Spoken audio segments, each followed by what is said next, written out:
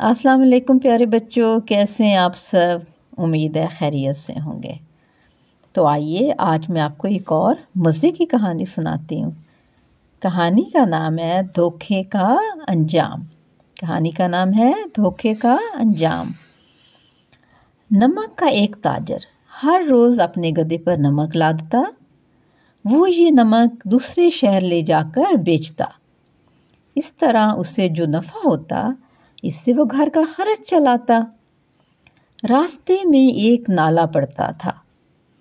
ताजर गधे के साथ इस नाले से गुजरता था। एक दिन पानी से गुजरते हुए गधे का पाँव फिसल गया। वो पानी में गिरा तो नमक पानी में डूबकर घुल गया। गधा नाले से बाहर आया तो उसका बोझ आधा हो गया था। वो बहुत खुश हुआ। अब उसने हर रोज नाले से गुजरते हुए जानबूझकर गिरना शुरू कर दिया। इस तरह बहुत सा नमक पानी में घुल जाता और उसका बोझ हल्का हो जाता। ताजर गधे की चालाकी समझ गया। ताजर गधे की चालाकी समझ गया। उसने रुई खरीदकर गधे पर लाद दी। नाले से गुजरते हुए गधा इसी तरह गिरा, मगर रुई भीगकर भारी हो गई। गधा जब दूसरे शहर पहुंचा तो थकन से उसका बुरा हाल था। अगले दिन जब ताजर उस पर नमक लादकर नाले में से गुजरा तो गधा बगैर गिरे नाला पार कर गया। अब उसने सबक सीख लिया था कि धोखे और निकम्मेपन का नतीजा अच्छा नहीं होता। तो ये थी हमारी आज की कहानी। अब आपने ऐसे करना है, इस कहानी को दोबारा पढ़ना है और इन सवालात के जवाब अपनी रफ कॉपी में लिखने हैं। सवाल सुन लीजिए, सवालों के जवाब लिखिए। ताजर गधे के साथ कहाँ से गुजरा था?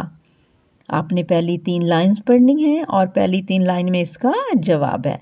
ताजर गधे के साथ कहाँ से गुजरता था, ये आप पढ़ेंगे तो आपको इसका जवाब मिल जाएगा। और दूसरा है, गधे ने बोझ कम करने के लिए क्या तदबीर सोची? गधे ने बोझ कम करने के लिए क्या तदबीर की? गधे ने क्या किया था? गधे ने रोज़ाना पानी में गिरना शुरू कर दिया था। हाँ जी, ये भी आप पढ़ेंगे दोबारा। और तीसरा है, दूसरी बार गधे की चालाकी ने उसे क्या नुकसान पहुंचाया? अब दूसरी बार गधे की चालाकी ने उसे क्या नुकसान पहुंचाया? वो समझा कि आज फिर नमक है और वो पानी में गिर गया, जबकि ताजर ने उस पर क्या लाद दी थी? रुई लाद दी थी। जी, तो आपने ये दोबारा पढ़ना है और इस सवाल का भी जवाब देखकर लिखना है। फिर आपने जुमले बनाने हैं।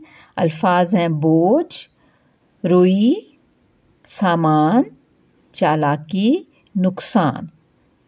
ठीक है, ये 5 अल्फाज हैं, इनके आपने जुमले बनाने। और लास्ट है, तीसरा सवाल है, इस वाक्य से आपको क्या सबक मिलता है?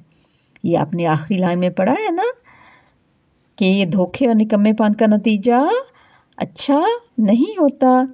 तो ये थी हमारी आज की कहानी। आपने दोबारा पढ़नी है और सवालों के जवाब भी लिखने हैं। अल्लाह हाफिज़।